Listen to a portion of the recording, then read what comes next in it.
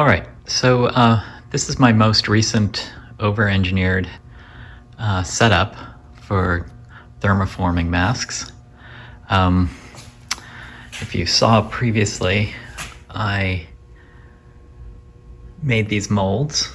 I 3D printed the mold, the form, and then I made a plaster mold around it, and you can see then these little vacuum holes. They go through to PVC pipe openings. I have 2 PVC pipes running out of here. And I wanted to make a setup that other people could use. So I've kind of made it rigid now. I've got a couple of valves so I can actually this is my small set of masks. And then over here I have a large set. So I can go back and forth, and I can make large and small masks and then all I do is I have this heater here. Let's see if you can see it. Yeah, so this is a standard heater for a shop. You usually mount this from your ceiling. Instead, I've just mounted it hanging here from basically just a curtain rod. So I just made a very simple frame so that I could put this frame. I was hoping to move this to our chemistry department and put it in the hoods so the students there can make their own masks. That's hopefully the plan.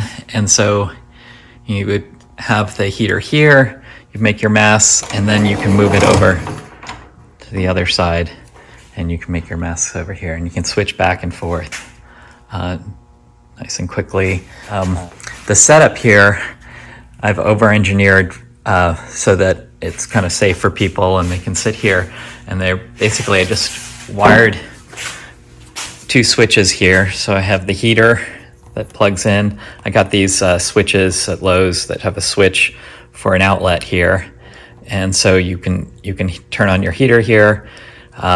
Once the plastic, after 1 minute and 10 seconds, you turn off the heater, and then you can turn on the vacuum. The vacuum here is coming down and going over to the vacuum over there, and so you can switch back and forth these valves to decide which one you want to draw vacuum on. I went a little overboard here. I stole this from my router, so this is nice. This is I actually have this unit plugged in the back here. It actually plugs in here. So this is nice because this has a fuse in it, and it also has this nice big safety switch. So you can shut off the power if something were to go wrong. Obviously, this is not a condoned use, I'm sure, for these heaters. They're supposed to be kept well away from everything. So I have this nice safety switch here that you can throw. I've also plugged into here a light, so when I flip it on, so now you can know that the whole, I'd use that light not only to see things, but to know that the whole system has power right now. So I could turn on these switches and you hear the vacuum going. So everything is live now. What else? So I did find one of the problems I had with this setup was, let me put this out of the way, was that when I started using it, the very first time I used it, it worked well, but then my masks started having these defects in them. So right here on the nose of the mask, you can see inside here, it would have this lip. This is where the bridge of your nose should be. You don't want that. And it did it again and again. And I tried different settings, and I never understood why, because with my toaster setup, I never had this. And a funny thing, it did it on both. It would do it on this mold, and it would do it over here at the same time. So eventually, after trying many different settings, you see these are all wasted ones that I messed up, I finally realized that the problem is that the heater is not uniform, right? The heating elements are these 2 quartz rods, and so they're not heating up the plastic uniformly. In fact, if you look at, there are other thermoforming videos out there with people who put these inside of a box with aluminum foil lining the walls so that it can spread out the infrared light.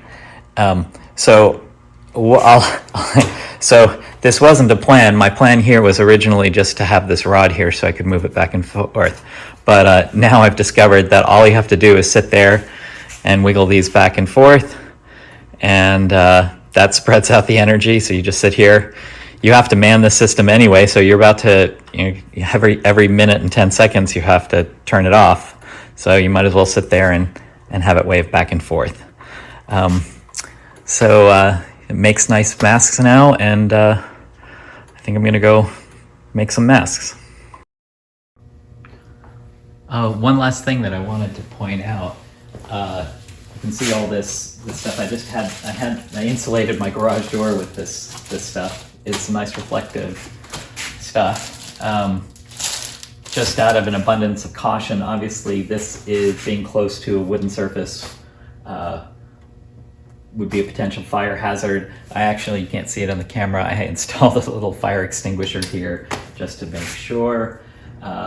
You're going to be here, never walk away from this. Obviously, this is a hazardous thing to do if you were to walk away and just leave it turned on.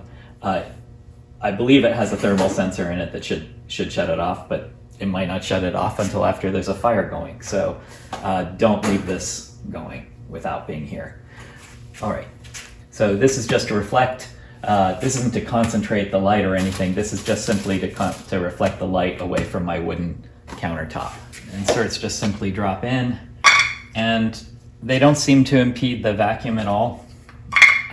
There's enough gaps around that it pulls down nicely. And so we just drop them in.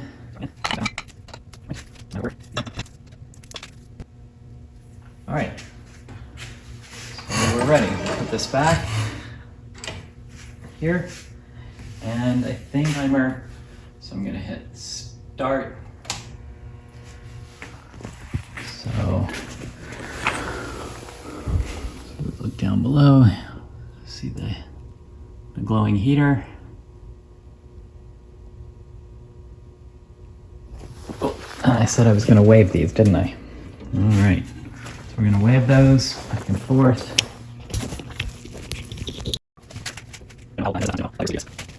But after a minute and 10 seconds, initially I don't know if the video captured it, but this puckers up and then eventually it starts to sag.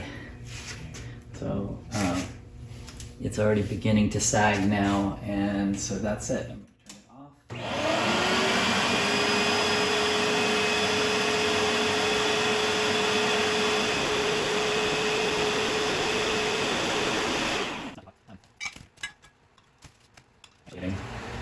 And I find if I go longer than a minute and 10 seconds, the plastic gets really thin. So this keeps the plastic from you'll actually see the plastic go down into the vacuum holes if it gets too thin. But all right, so you can see the honeycomb pattern here. But I think it looks pretty nice. So these will be cut out. This ridge along the edge will seal against your face. And I think that's good. So I'll put that in this container so it doesn't get dusty.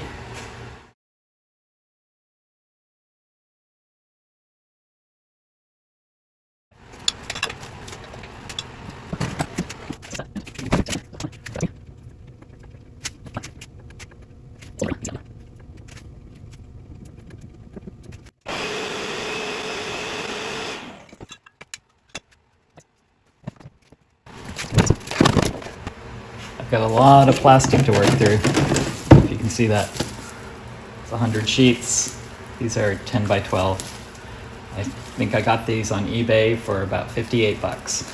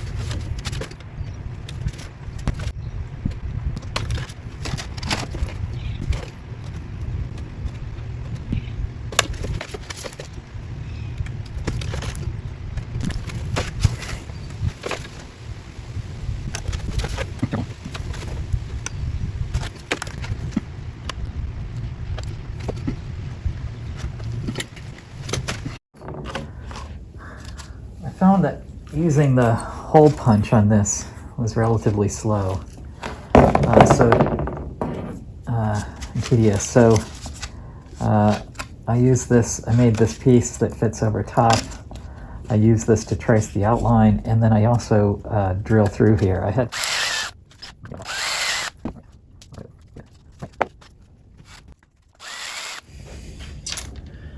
have these grommets. So the grommets, have backing. So I put these grommets in. Let me see if you can see that. But I haven't put the back on yet.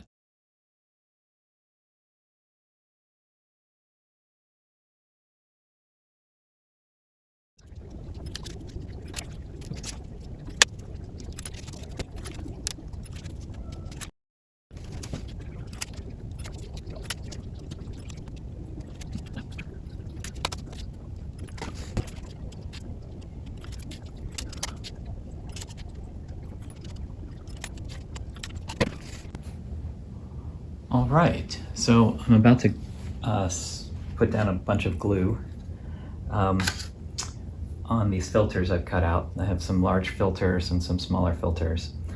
Right now I'm going to do a whole bunch of masks that are essentially single ply masks. So the mask will be like this. It's just one piece of plastic. And so I want the sealing edge to be on the inside here. And the filters here have basically two sides to them. They have a fuzzy side that seems more delicate, so I think that should face on the inside, and this hardier side, it's smoother, I think should face the outside world. So if it's a single ply mask, then I'm going to want to put the glue on the smooth side that will face the outside, because that will then go down in here and make a seal on this inside edge. I'm using this glue, Aleene's Tack It Over and Over. In particular, this one. There are several different types, but this one allows you to take it off. So if you want to replace the mask, this is the glue to use. I've tried a bunch of different glues, and this is the only one that seems to allow you to take it off and put a new filter on without damaging the mask. So what I'll be doing is I'll be putting a bead around here, letting it dry, and then I'll press it into here. If I'm making a 2-ply mask, I'll have to do everything on, so here would be my inside ply, my outside. So here, in this case, the inside ply would be the sealing surface. And in that case, if I want the smooth side to face the outside world, then I'll glue the fuzzy side. I'll let that dry up. Then I'll push it down on here. And then that will be the seal basically, and it'll be held tight by having this other ply in place, squeezing it tight. This is particularly nice because it makes the whole thing more firm, and then it's a little bit easier to just peel these off, put a new one on. You can see me wearing my nice mask here to keep these clean. So you can see I've made a little jig for these. There's a small and a large, and I actually had to water down this tacky over and over because it comes out very thick. And so basically this is nice because it saves me the effort of having to run a bead around each one of these. So I put it here. Now this is not perfect, so like I missed part here, so I'll have to fix that, go back, but it saves me a lot of effort. So I do these first, let them dry up. That's the way this glue is kind of supposed to be used if you're going to use it again and again. You let it dry up and then it's kind of tacky, hence the name.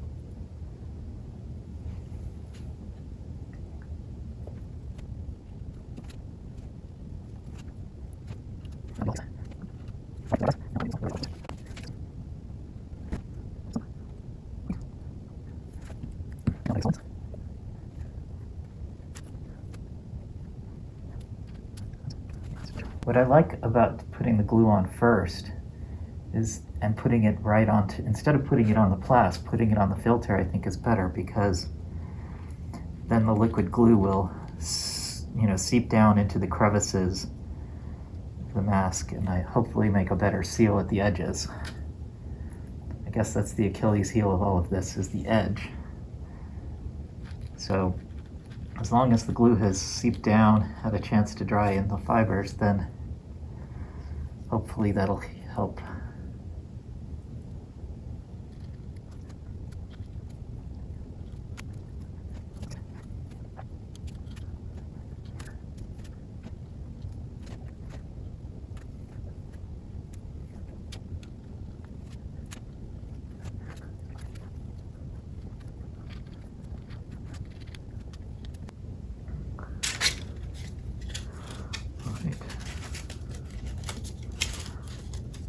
The glue is set up, so I'm going to put that in.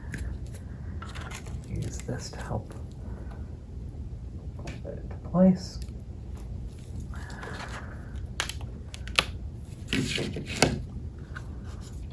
Well, that looks pretty good.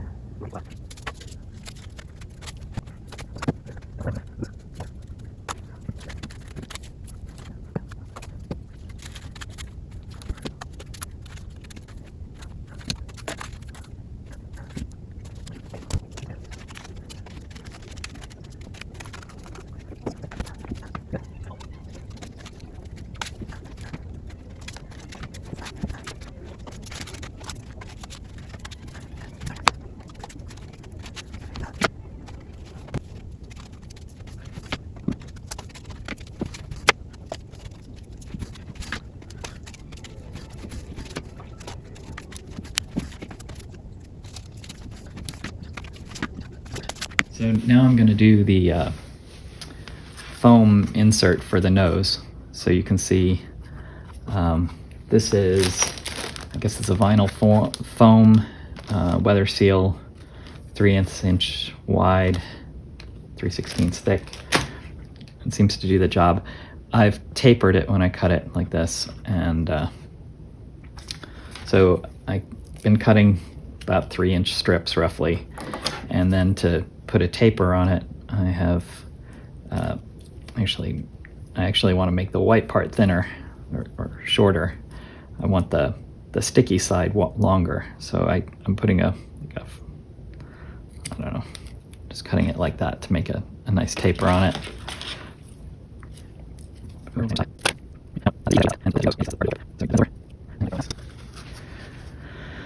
can see, and then I'm going to put that in there,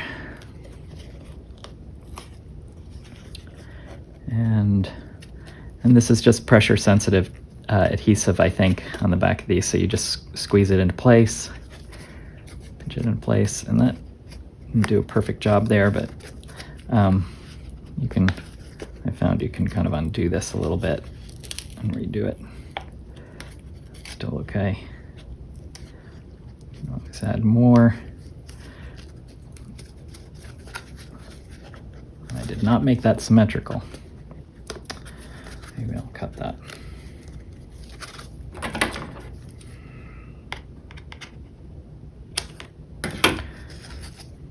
Not a good job. I've done better. Anyway, you get the the idea. All right, so you can see I've made my way through quite a few masks here.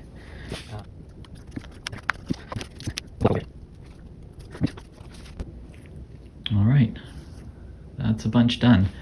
Now I need to go through them and make sure they're all good and sealed. I will spot check them and probably take a glue gun and fill in any gaps. Or if it's pulling away anywhere, I will, like there, you can see there's a gap. I'll glue gun the inside just to shore that up. So then I have to go through, and actually this part I'll leave to whoever I'm giving these to. Just thread the elastic through the grommets, all one piece, so it makes it quick. I find that the fact that this is going across the sealing surface on the inside doesn't seem to make a difference at all. Your face is spongy enough that air does not seem to get through that. So it makes it very convenient. And then on this side, I'm using what's called a jam clasp that I 3D printed. The jam clasp, I printed out a whole bunch of them at one time, and it's these ones here. Pull them off, and the nice thing is the elastic, you just feed the elastic through that, and then if I can do it. And the nice thing is once you've found the distance you like, you can just jam it in there and it holds. So you can adjust the length really quickly. So I have one of those, so the two ends, so just go through that jam clasp. You can just search jam clasp on Thingiverse and you'll find it. And don't forget to knot the ends so that you don't lose the little piece. And that's it. You put this part over the back of your head first, and then you pull this up. So this is down around your neck, the back of your neck, and then this part you put over your head. All right, so here is the test. So this is one of the masks I made. So this is the jam clasp. I'll just put it out as far as it can go, and then I just put that over my head. So it's around my neck, and then I can just lift this up over my head. And then I can just get the tag ends here, I don't know if you can see that, and pull them and then just cinch them in. And then I can test how good I have a fit by just putting my palm over it. And if I suck it in, I don't feel any leaks. I can also tell, because I have glasses on, that I'm not getting any leaks up around and into my glasses. I'm not getting any steam up there. So even though I have a beard, you know, it's held in there really nice and tight. It's flexible enough that it seals against my face nicely. So you can see as I breathe in, it sucks in. You know, you can definitely notice that it's on there. So, you know, if you're climbing stairs and stuff, you are definitely going to notice this is on. But if you're just doing stuff around, it's fine for ordinary activities. I found that when I was melting the plastic, wearing this, I couldn't even smell the fumes of the plastic. So whatever size little particles of burnt plastic were coming off, I wasn't smelling them. So it's obviously a really good seal. This one happens to be the double ply. There are 2 layers on it, but the single ply works just as well.